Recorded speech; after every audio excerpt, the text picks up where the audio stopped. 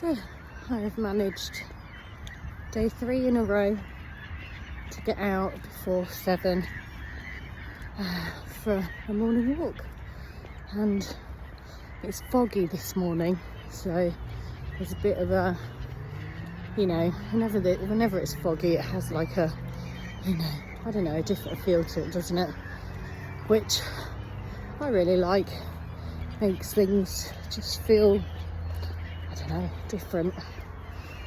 But it's beautiful. I mean, it's lightened up a little bit since I've been down here, about 5 minutes or so, something like that. And yeah, I think I'm going to do 2 laps around here this morning. And yeah, and hear all the seagulls, I would think. All the ducks are quite quiet. A lot of them are asleep still, as I've seen a few people around walking. Did actually bring my torch with me this morning because it is that bit darker because of the fog. But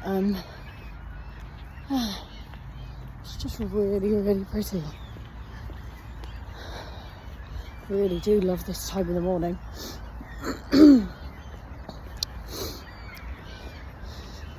It's funny because I think when I woke up this morning, I woke up and I was in a bit of a mood. I'm just going to show you this shot. How nice is that? All the birds. Yeah, woke up on, I was in a bit of a mood, and I think it was thinking about what I was speaking about yesterday, I think it was, with the ego. And yeah, I woke up in a little bit of a mood.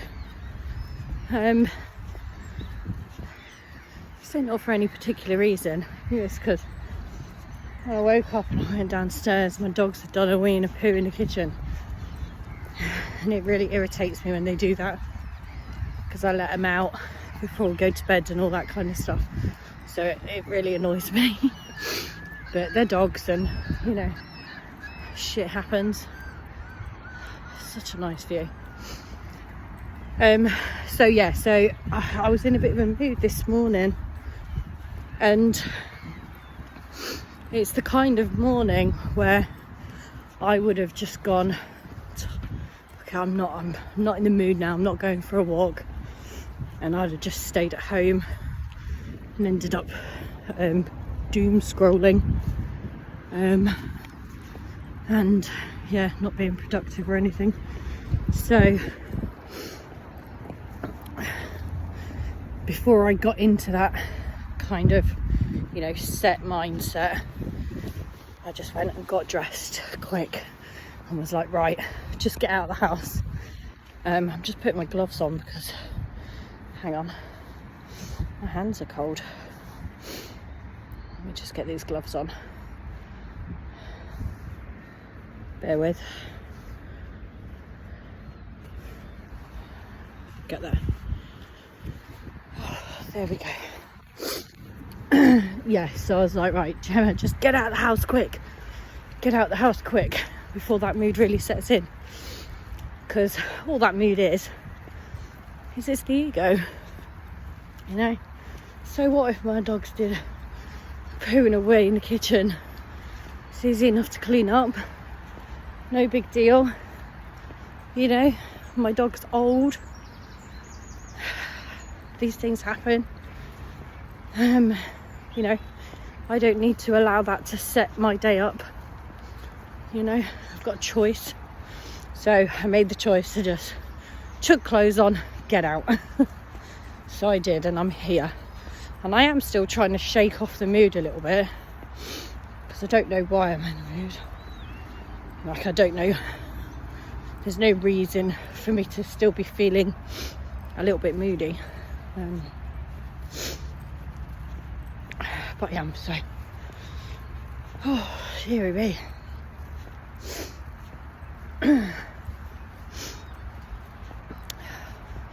But I'm glad I managed to get out 3 days in a row, which is really good. Now, it's going to be a little bit difficult if it absolutely tips it down with rain one morning, because I don't have waterproofs yet, but I am going to get myself some in the sales after Christmas. I'll probably go charity shop. Actually, I don't like spending a lot of money on stuff for myself, because I just think it's a waste of money if I can buy it for, you know, a fraction of the price second hand. I'm not bothered about labels and all of that stuff. Used to be, obviously. I think most people go through a stage of life where they are. Some people stay in that stage of life, some people move through it. I've definitely moved through it. Very lucky. My daughter is not bothered about labels at all. She loves charity shop bargains. I just think, you know, with everything going on in the world, why do we need to be focusing on such meaningless stuff? So yeah, that's my view. Oh dearie me, I think I'm gonna have to take the hat off. Oh, I have to excuse the hair. I'm warm. Oh god. Yeah, oh well, the hair is what it is.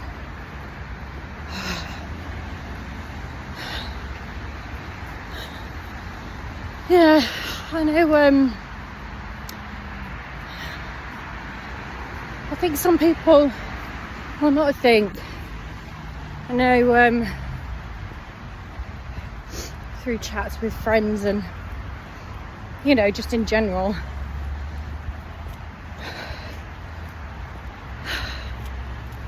I know people struggle with the idea of the ego and really understanding what it is. And I know that if you're going down a sort of spiritual healing path, whether, you know, in what context you want to talk about it, you know, because some people, you know, are going down healing, like religious healing path. Some not in a religious context. You know, I don't really care. What is this? Is this somebody with a torch, or yeah, I think so. You know, to me, healing is healing. Doesn't really matter in what context. Doesn't matter to me what religion you are. I have no hate. Morning. So, you know, healing is healing, and when we talk about the ego, I think some people can misunderstand it. And when we talk about the ego, there's different layers in which we can talk about it.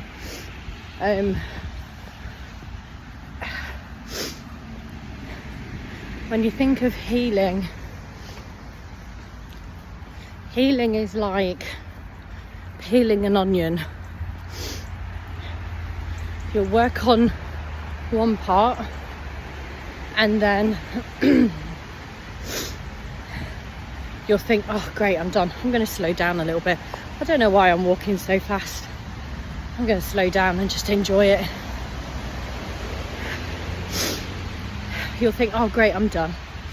And then it will come back, and you'll think, God, I've already done this. Why is this coming back? Could be a number of reasons. Could be because you hadn't actually done it. Maybe your ego told you you'd done it. Could be because you're just peeling another layer of it. You know, maybe you just unpeeled the first layer and now you have to go deeper. And so, you know, the ego is kind of like that as well, really, because you have different levels to it. I mean, the ego is the ego, but there are different levels to it, I believe, and also different levels to understanding it as well. So at the very basic level, how I would explain it, and people will explain it differently, but how I would explain it is the ego is those thoughts that you have that are not for your highest good or the people around you's highest good. So the example I gave of that with reference to me coming out this morning, and you know, prior to these few days where I wasn't coming out, that's the ego kind of getting in the way. One in again. Now when you pick a little bit deeper for the ego, it can also be basically any of them negative mindset, any negative words, anything that's like, for example, no, Gemma, don't do that because you know you're going to fail, or you know, if you try that, Gemma, it's going to be really, really hard and you're going to find it exhausting and it's going to take your time away from chilling and relaxing and, you know, stuff like that. But the reality is the thing that I want to do is, for example, the walking, good for my health, good for my physical health and good for my mental health and good for my spiritual health as well, because being in nature is just good for everybody. You know, you get connected to the world around you and all of that good stuff. Wow, it's dark, it's very dark.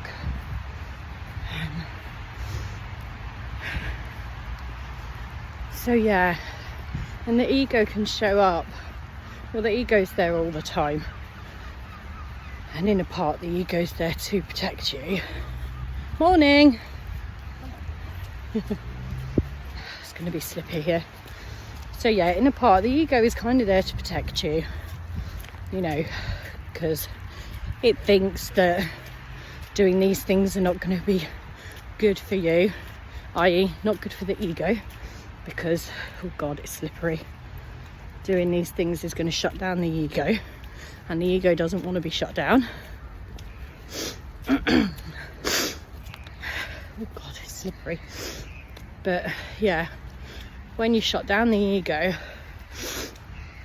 you then start connecting to your higher self.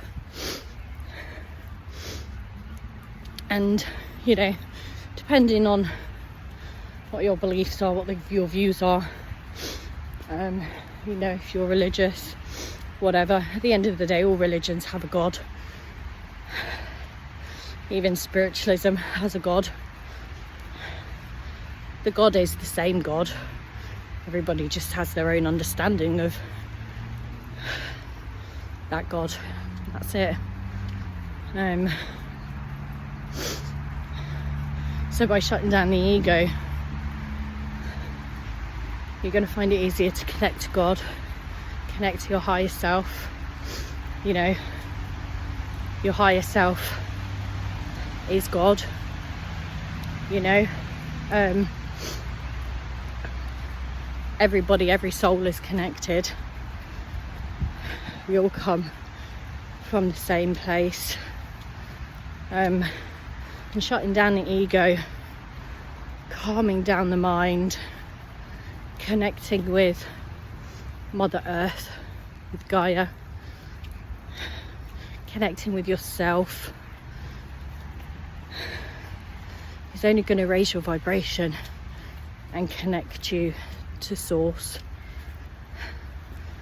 And then all of them fears, oh god, I got dripped on, all of those fears and those doubts and worries and self-sabotage and self-hate, etc., start to dissipate because you're shutting the ego down. So the ego has no place anymore in your aura. So that's my thing on the ego. Very simplistic way of talking about it, but I like simple. It's not an easy thing to do, and you have to work at it every single day. Like, it doesn't matter how progressed you are on your spiritual or religious path, you're always going to face the ego. The ego's always going to crop up. It will get less and less as you become more developed, but it's still always going to crop up. And it's about learning to find the balance, learning to not be controlled by the ego, but learning to live with it and reassure it that, you know, you're safe, you don't need those negative views, you know who you are. Yeah, so that's that.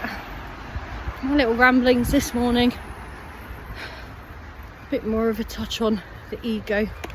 I'm going to chuck my camera in the van because it's getting a bit wet, and then I don't know whether to do another lap now or whether to come back later and do a lap. Oh, good. I think I'm going to come back later and do a lap when the fog clears up. I think I'll come and do it this evening.